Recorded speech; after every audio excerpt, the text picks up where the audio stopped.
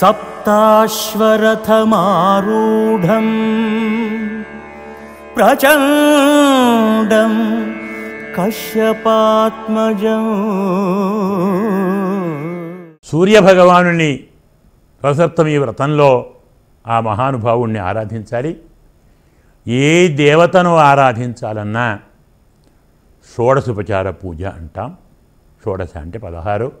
ఇందులో మొదలు ఆవాహయామి, ధ్యాయామి అంటే ధ్యానము, తరువాత ఆవాహన, పాదయోహ పాద్యము, హస్తములకు అర్ఘ్యము, ఆచమనీయము, అలాగే స్నానము, తరువాత ప్రోతవస్త్రము, తరువాత వస్త్రము, దాని తర్వాత పసుపు, కుంకుమ, గంధము అంటే తిలకము, దీని తర్వాత ధూపము, తరువాత దీపము, తరువాత పుష్పములు, తరువాత అర్చన అంటాం.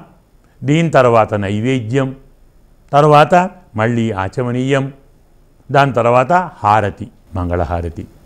ఇలా మొత్తం 16 చెయ్యాలి. ఈ 16 ఉపచారాలను షోడశోపచారములు అంటారు. ఇందులో స్నానం అనేది ఉంది. ఈ స్నానం పంచామృతములతో చేయాలి. పాలు, పెరుగు, తేనె, నెయ్యి, శర్కర, శక్తి ఉంటే ఫలరసములు, వివిధ నదీ జలములు, సముద్ర జలములు, వీటితో స్వామికి స్నానం చేయించాలి.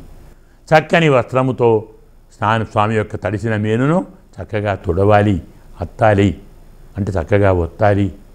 ఇలా చేసి వారికి కొత్త వస్త్రాన్ని కట్టాలి.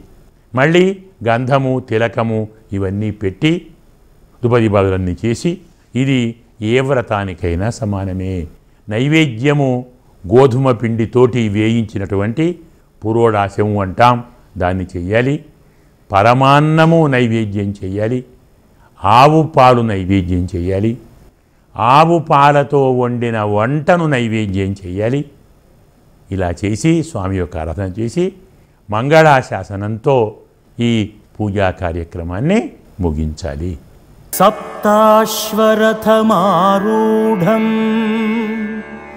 ప్రచండం కశ్యపాత్మజం.